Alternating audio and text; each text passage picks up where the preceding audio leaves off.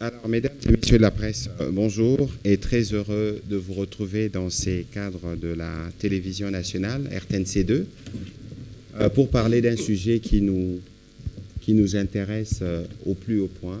Je pense que cette rencontre, c'est la première depuis que j'ai été, entre guillemets, renommé, donc je me suis succédé à moi-même.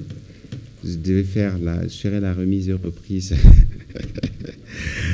un peu, bon, ça c'est pour détendre un peu l'atmosphère, mais l'idée de la conversation d'aujourd'hui, c'est qu'on nous fasse le point. Vous avez suivi il y a quelques semaines que le gouvernement de la République démocratique du Congo avait engagé les cabinets d'avocats pour poursuivre notamment certains bénéficiaires de la contrebande de nos minerais par le Rwanda principalement. L'action a été orientée vers Apple. Vous avez suivi le retentissement médiatique qu'il y a eu autour. Et donc, par rapport à cela, parce que vous savez que dans cette stratégie de combat contre le Rwanda, nous avons 5 fronts, je voudrais le rappeler. On a les fronts militaires, on a le front diplomatique, on a les fronts économiques, le front judiciaire et les fronts médiatiques. Mais cette action qu'on avait lancée grâce aux cabinets qui sont représentés ici a à la fois couvert ce qui était plutôt judiciaire, économique et médiatique. Et donc, ils sont arrivés, William Bourdon de PLAF, que beaucoup des médias connaissent, est arrivé avec le cabinet donc, de William Bourdon, le cabinet de M. Robert Amsterdam, qui est représenté ici par Maître Peter, qui est avocat à New York et à Paris.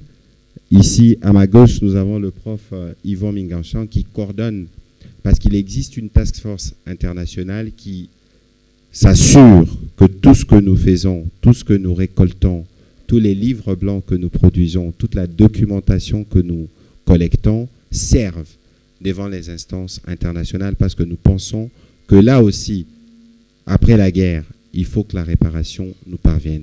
Et donc, c'est un peu le sens. On a profité de leur visite ici. Ils ont rencontré, évidemment, les autorités compétentes. Nous aurons une réunion encore tout à l'heure avec la Première ministre. Mais l'idée, nous nous sommes dit qu'on ne pouvait pas les avoir ici et ne pas avoir une discussion avec vous autour de la démarche que nous avons initiée, autour de ce qu'ils font au nom de la République démocratique du Congo. Alors, professeur, je vais me tourner de votre côté. Je souhaiterais que vous puissiez dire quelques mots et pour introduire notamment nos 2 invités qui sont là, pour leurs mots introductifs, et on pourra spécialement prendre quelques questions des responsables et des médias qui sont ici aujourd'hui pour arriver à comprendre, à cerner les concours et les biens fondés de l'action que nous avons engagée, d'abord contre Apple. Merci. Merci beaucoup, Monsieur le ministre, pour l'opportunité que vous m'accordez de m'adresser devant les représentants de la presse et des médias. Monsieur le ministre vous l'a dit, je suis Yvon Minganchan, professeur à la faculté des droits et coordonnateur de la Task Force Justice Internationale, instituée au niveau du gouvernement pour pouvoir conseiller, accompagner le gouvernement dans un ensemble de mesures et d'initiatives susceptibles d'être prises dans le cadre de la défense des intérêts de la République démocratique du Congo devant les instances et les juridictions internationales, notamment contre les Rwandais et contre d'autres personnes morales ou entités qui interviennent d'une manière ou d'une autre dans la situation assez tragique que la République démocratique du Congo subit. À ce titre, il y a un certain nombre d'initiatives qui ont déjà été initiées, dont des actions judiciaires intentées devant des juridictions internationales, notamment devant la Cour africaine des droits de l'homme et des peuples, pour obtenir condamnation du Rwanda du fait des violations, de graves atteintes aux droits internationaux, des droits de l'homme et droits internationaux humanitaires commis à l'est du territoire de la République, devant la Cour de justice des États de la communauté d'Afrique de l'Est, East African Community, pour violation du traité instituant cette communauté, notamment par sa présence militaire sur le territoire congolais. Un certain nombre de situations ont été renvoyées devant la Cour pénale internationale, mettant en cause des individus ou des entités qui sont à l'origine des crimes graves, des crimes internationaux qui sont perpétrés dans le cadre de la campagne militaire que les Rwandais, évidemment en complicité ou sous couvert M23 est en train de mener sur le territoire du Congo avec des noms cités, dont notamment le président Paul Kagame, pour des crimes de guerre, des crimes contre l'humanité, un certain nombre de choses. Et parallèlement à cela, il s'est avéré que les fonds économiques, les pillages des ressources, l'exploitation ainsi que le commerce illicite des ressources naturelles du Congo en général, mais surtout de ce qu'on appelle des minerais stratégiques, constitue l'une des causes fondamentales de perpétuation du cycle de violence qui se déroule sur les territoires de l'Est de la République, sur les territoires de la République démocratique du Congo, entraînant donc toute la déstabilisation de notre pays. C'est ainsi que le chef de l'État avait donné mandat à des cabinets d'avocats pour pouvoir explorer la piste économique cette fois-ci, parce que les responsabilités du Rwanda et d'autres personnes impliquées dans cette guerre peuvent être engagées sur le plan pénal ou sur le plan de la responsabilité du point de vue du droit international général, mais sur le plan économique également. Nous sommes là aujourd'hui pour discuter avec les autorités de la République, en particulier Monsieur le Président de la République, Madame la Première ministre et des ministres sectoriellement compétents pour des instructions et des initiatives beaucoup plus précises.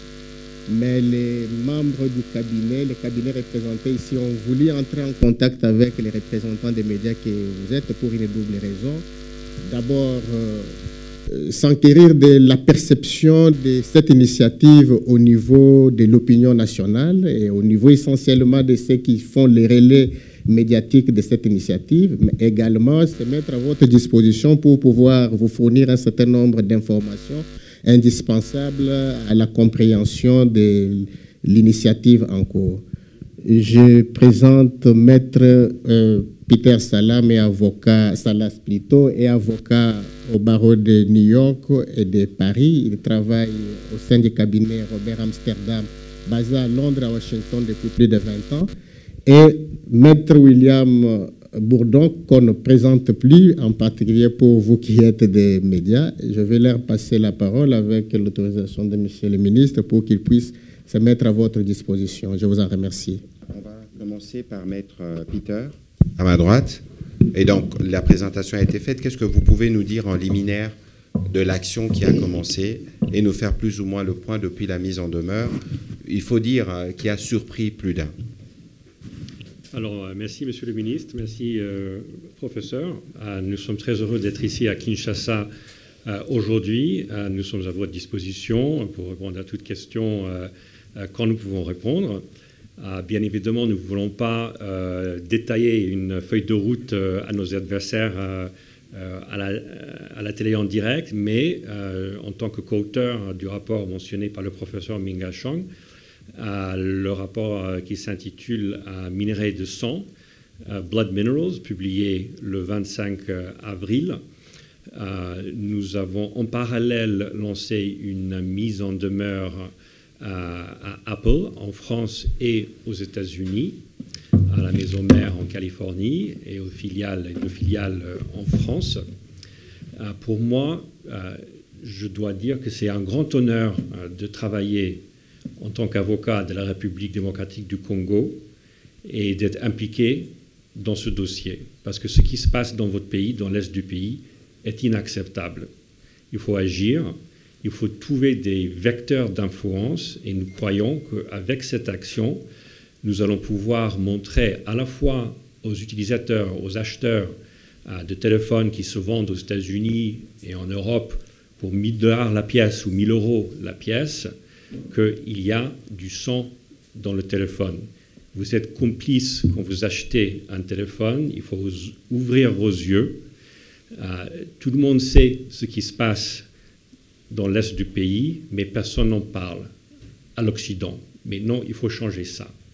En Europe, aux États-Unis, au Canada, en Asie, dans le monde entier, tout le monde doit savoir ce qui se passe dans la chaîne d'approvisionnement du téléphone qu'ils ont dans leur poche, qui est tellement important pour nous, pour la transition écologique, technologique que nous vivons.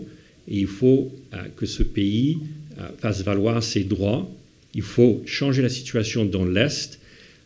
La compagnie Apple est un grand acteur sur le plan international. Il a un pouvoir qui s'approche au pouvoir de certains États. Et nous croyons, et nous comptons sur Apple, nous croyons qu'ils peuvent agir. S'ils n'agissent pas, il y aura des conséquences judiciaires. Et nous allons mener cette campagne jusqu'au bout. Nous n'allons pas lâcher.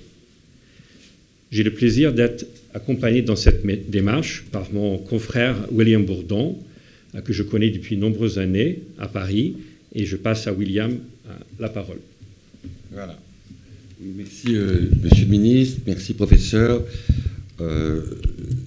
C'est une très, très grande responsabilité qui pèse sur nos épaules, de rendre responsables des grands acteurs privés, pas simplement Apple, parce qu'on ne va pas se limiter à Apple, qui commercialisent à notre meilleur profit, au profit de tous les consommateurs, des produits au prix du sang coulé, et du sang qui continue à couler chaque jour, et au-delà, au prix de la commission des crimes les plus effroyables et les plus réprouvés par la communauté internationale. Et cette responsabilité, elle est proportionnelle à l'espérance et à la volonté, ici, des responsables de la RDC, mais au-delà de l'opinion publique, mais au-delà aussi des frontières de la RDC, de rendre responsables ceux qui, de façon obstinée, veulent persévérer dans une culture d'impunité. Alors évidemment, comme le disait Peter, on ne va pas vous livrer notre feuille de route. On a écrit un courrier à Apple France, aux 2 filiales d'Apple US en France, qui a eu déjà un certain retentissement. Ça a suscité beaucoup d'attentes, beaucoup de commentaires. On est dans une époque où, on ne s'en souvient pas, mais il y a 20 ans, la question de la responsabilité éthique des entreprises était un rêve fumeux. Personne n'y pensait. Et aujourd'hui, c'est sur la table de toutes les discussions intergouvernementales, multilatérales, et évidemment, Apple est un grand champion dans la communication éthique et affirme sans cesse son adoration pour le développement durable et les droits humains. Un gouffre, donc, entre cette rhétorique, cette propagande, et puis la réalité. Alors, on peut dire ici qu'on a reçu une réponse d'Apple qui n'a aucune espèce d'intérêt, qui est la réponse la plus conventionnelle et la plus laconique qui soit. Ils ont dû appuyer sur un bouton sur l'ordinateur, qui n'est même pas sur papier en tête, qui n'a pas été adressé par un avocat, et que nous considérons comme une forme de mépris, de cynisme, ou en tous les cas de déni des risques judiciaires qui maintenant pèsent sur cette compagnie. Car évidemment que nous sommes en train de réfléchir à différentes options judiciaires. Évidemment que ce qui fera la crédibilité de cette action, c'est de l'élargir à d'autres compagnies, pas simplement Apple, pas simplement américaine, et d'agir pas simplement en France, mais le cas échéant auprès d'autres juridictions. Alors vous le disiez, monsieur le ministre, ils ont été un peu surpris, et on va réserver notre effet de surprise. C'est la condition de notre efficacité. Et nous avons un devoir d'inventivité et d'imagination juridique. Voilà ce qu'on peut dire en l'état. Juste, je termine pour dire que la task force que vous avez évoquée ici, on a rencontré une autre, la nôtre. Et je veux saluer devant vous la qualité du travail que nous avons effectué avec la task force de RDC, sous la houlette de monsieur le professeur. Tout ça est d'excellent augure, et nous sommes déterminés à agir avec le maximum d'efficacité à la hauteur de ce qu'on a ressenti hier soir quand on l'a rencontré, c'est-à-dire la détermination du président de la République. Voilà. Voilà, maître, merci pour vos mots. Alors, on va vous passer la parole pour quelques questions. Nous voulons avoir un exercice rapide. Alors, s'il y en a qui veulent poser des questions de claircissement sur la démarche, le cabinet est prêt à y répondre. On va commencer par Monsieur Sekana, nous souhaitons que vous puissiez être précis et court pour nous permettre d'économiser les temps, s'il vous plaît. Merci, Jérôme Sekana de l'agence Galaxy Média. Mieux vaut tard que jamais. Nous tenons à féliciter notre gouvernement pour avoir pensé à frapper les multinationales au portefeuille, parce que s'il y a quelque chose dont les multinationales ont peur, c'est surtout les multinationales qui sont cotées en bourse, comme Apple. Mais je voudrais d'abord signaler qu'il n'y a pas que Apple. Ils sont nombreux. Je ne sais pas, peut-être vous focalisez l'attention sur Apple, ils sont nombreux. En tout cas, à peu près 5-6.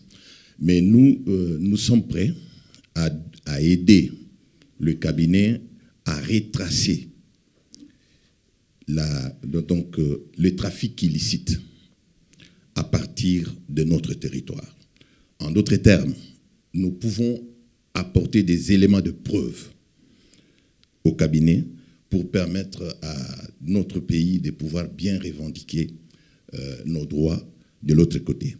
Par exemple, au moment où nous parlons, les M23 a renforcé autour de Roubaïa les troupes, et il n'y a pas que les M23, il faut reconnaître que les Ougandais sont aussi dans le coup, parce que les multinationales qui font cette sale besogne se trouvent aussi bien en Ouganda qu'au Rwanda, et font tout pour que nos troupes ne puissent pas arriver là-bas pendant qu'eux sont en train de piller le plus rapidement possible afin de récupérer beaucoup de minerais. Pourquoi? Parce que Apple et bien d'autres avaient déjà signé des contrats. Les agendas sont presque pleins, mais ils n'arrivent pas à répondre à ça. Donc, c'est une très bonne chose. Nous sommes prêts à collaborer avec le cabinet. Nous allons vous donner des éléments, des preuves, pour que vous puissiez inclure ça dans les dossiers. Merci. Merci pour votre intervention. Elle est très importante. Ce qui vient d'être dit est très important. L'expérience que j'ai d'un certain nombre de batailles internationales que j'ai menées en Afrique ou ailleurs, c'est qu'une fois que le prologue est écrit, une fois que le tocsin sonne au-dessus de la tête ou dans les oreilles de ces entreprises, la parole se libère. On ne veut pas être des marchands de rêve. Rajouter la désillusion à la désillusion. On a un devoir d'efficacité. Donc j'ai aucune difficulté à dire ici publiquement que tous les citoyens de ce pays, au-delà, qui peuvent contribuer à la manifestation de la vérité et nous aider à raccrocher des pièces du puzzle à d'autres pièces et à consolider notre argumentaire, et qui sont susceptibles de partager avec nous des informations, des documents, des pièces, anonymement ou pas, parce que dans certains cas, l'anonymat devra être exigé pour des raisons de sécurité, ce qu'on comprend très bien. On a l'habitude, même s'il faut qu'on exerce un vrai devoir de vigilance, en tous les cas, tous ceux et celles qui souhaitent contribuer à la manifestation de la vérité ici et ailleurs sont absolument bienvenus pour nous aider à porter à un moment donné les stockades finales à Apple et aux autres. Jérôme, c'est que ce n'est pas que Apple qui est concerné. Et donc, il y a une première action qui a commencé, mais il y a d'autres qui suivront et qui vont toucher à d'autres acteurs. On va prendre Marcel Ngoy et puis on viendra à Jean-Marie Kassamba. Marcel Ngoy, Journal de la Prospérité. La déstabilisation de la RDC a comme acteur principal Paul Kagame. Est-ce que cette task force élargie au cabinet qui a été recruté envisage-t-elle des actions concrètes contre la cible principale, Paul Kagame? Je vais passer la parole plutôt au professeur Mingachan. Merci beaucoup pour la question. Je vais le dire de manière très très simple et claire que oui, il y a des actions qui sont envisagées contre M. Kagame en tant qu'individu, mais également en tant que chef de l'État pour sa responsabilité dans le cadre des violations graves des droits internationaux humanitaires et des droits internationaux des droits de l'homme qui sont perpétrés sur le territoire de la République démocratique du Congo, en particulier sur la partie Est. Merci. Voilà. Il n'y a pas de réponse plus précise. Monsieur Jean-Marie Kassamba, s'il vous plaît. Merci beaucoup. Jean-Marie Kassamba, le directeur général de Télé 50 et le président de l'UNPC pour la ville de Kinshasa. Je pose cette question aux deux avocats qui représentent des cabinets célèbres, qui est plutôt au niveau de la géostratégie, la géopolitique mondiale. On sait que la plupart des multinationales sont soutenues par leurs gouvernements respectifs dans la conquête des marchés, parce que ces minerais stratégiques contribuent à l'économie de ces puissances. Quelle est votre marge de manœuvre pour que ces gouvernements qui sont en lutte aujourd'hui pour le positionnement de leurs multinationales dans notre zone, pour que ces gouvernements laissent condamner ces entreprises, d'une part. Et puis d'autre part, nous savons également que la justice internationale obéit à ces groupes de pression, pour ne pas dire à ces gouvernements, à ces pays notamment. Quelle est votre marge de manœuvre? Ça, c'est ma question. Deuxièmement, et je vais terminer,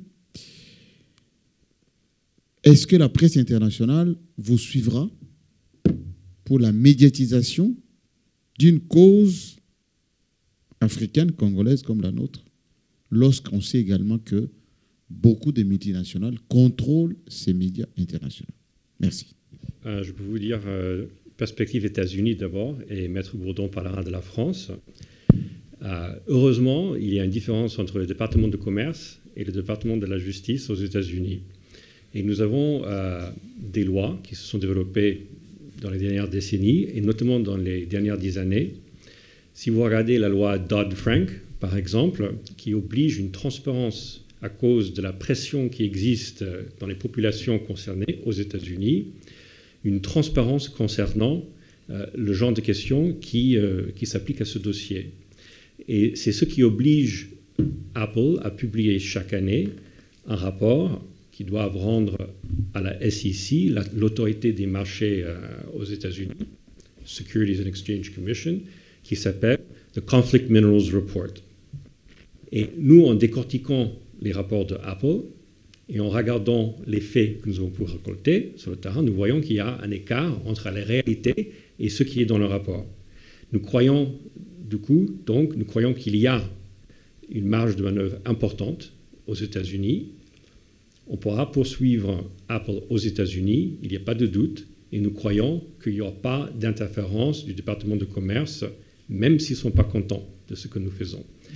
Côté médias, pour la deuxième question, moi je me concentre sur mon travail. Nous travaillons très fort avec Maître Bourdon et avec nos équipes sur les deux continents, et j'ai un espoir que les médias vont suivre notre travail, mais je crois que ça sera dépendant de la qualité du travail effectué. Donc c'est entre vos mains et entre les mains des médias internationaux. Mais pour l'instant, nous avons eu un grand écho le 25 avril avec la publication de notre rapport et avec le fait que nous avons rendu public la mise en demeure adressée à Apple. Et nous avons l'espoir que ça va continuer à l'avenir. Il y aura d'autres moments de points forts de communication qui vont suivre. Oui, juste deux mots. Vous avez raison. Les États, vis-à-vis de leurs champions industriels, sont ambivalents parce qu'à la fois, ils les choient, ils les caressent, ils les supportent, ils les soutiennent face aux rivaux de leur pays, avec lesquels, par ailleurs, ils entretiennent ou ils proclament de grandes déclarations d'amour. Mais en même temps, ils les contraignent de plus en plus. Les États contraignent de plus en plus les entreprises à respecter des normes environnementale, de lutte contre la corruption. Ça s'appelle la responsabilité sociale et environnementale. Donc c'est les deux. Nous, on ne va pas s'adresser au juge international. En tous les cas, ce n'est pas à l'agenda immédiatement. Et puis, si on le faisait, vous l'apprendriez un jour ou l'autre. Mais encore une fois, ça serait absolument contre-productif ici de faire le moindre effet d'annonce. Nous avons cette chance, ce privilège de pouvoir nous adresser aux juges américains, aux juges français, qui sont, même si rien n'est idéal, et tout doit se consolider, qui sont indépendants. Donc il n'y a aucune raison d'imaginer qu'il y ait des obstructions politiques qui soient faites à des enquêtes ou des procédures qui seraient initiées de part et d'autre des deux rives de l'Atlantique. Et si notre dossier est solide et on fait tout ce qu'il faut pour qu'il soit le plus solide possible, eh bien, ces procédures, elles progresseront. Et encore une fois, notre objectif, c'est de façon tout à fait responsable, c'est à un moment donné d'avoir des résultats concrets et de faire en sorte que ces entreprises renoncent à la culture d'impunité dans laquelle elles barbotent et dans laquelle elles noient les pays respectifs, dans lequel elles sont implantées. C'est ça l'objectif. C'est un plafond de verre pour les ONG depuis 20 ou 30 ans, la judiciarisation des groupes miniers en amont et en aval, la judiciarisation des entreprises qui profitent de ces produits du sang. La grande différence, avec l'émotion collective que le scandale des Blood Diamonds avait suscité, souvenez-vous, au moment de la guerre du Libéria, c'est que, à part une poignée de milliardaires, qu'est-ce qui achète des diamants de façon régulière? Pas grand monde, évidemment.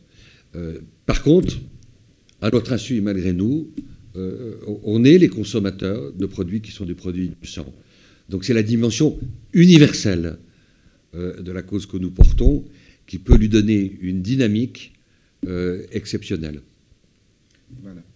On va prendre les deux dernières questions. On commence, madame. Bon, il y en a encore. Tout le monde aura le droit de parler alors. Merci, je suis Marthe Boussouandolé. Maître, vous avez parlé de la réaction de l'entreprise Apple et vous avez dit qu'il y a une forme de mépris et du cynisme dans leur réponse. Et c'est quoi concrètement le contenu de cette réponse? Et maintenant, après la mise en demeure, c'est quoi la prochaine étape?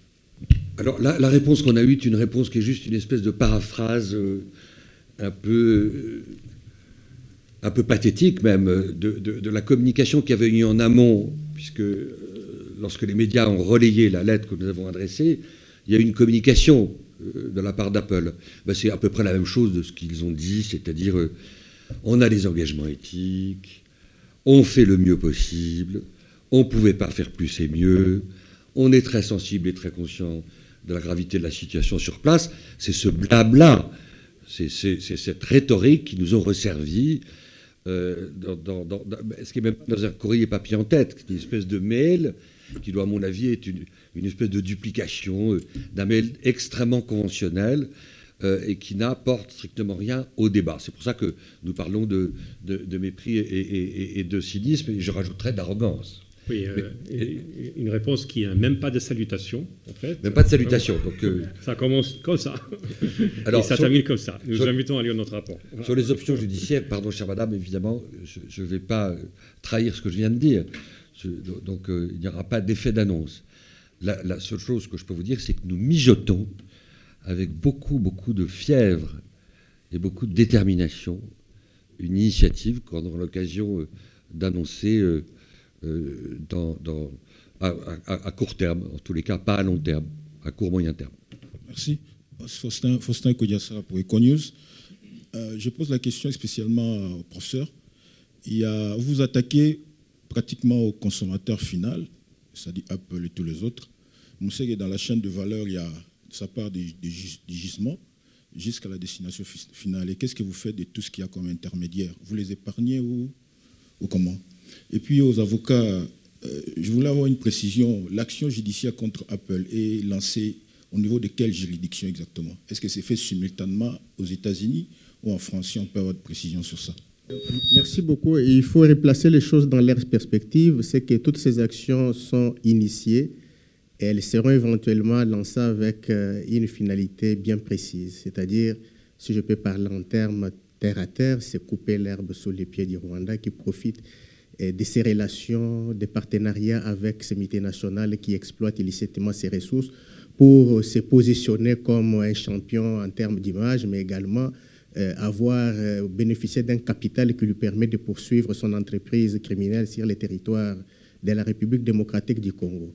Et donc, la finalité, c'est tout simplement d'arriver à déstabiliser cette chaîne de relations entre le Rwanda et tous ces grands consommateurs. Maintenant, c'est un choix, et ce choix doit être rationnel, doit être cohérent et même efficace. On ne va pas s'en prendre au monde entier parce que ça serait peut-être non bénéfique et ça serait peut-être réaliste, mais il faut arriver à taper là où ça fait mal et là où ça peut produire l'effet escompté.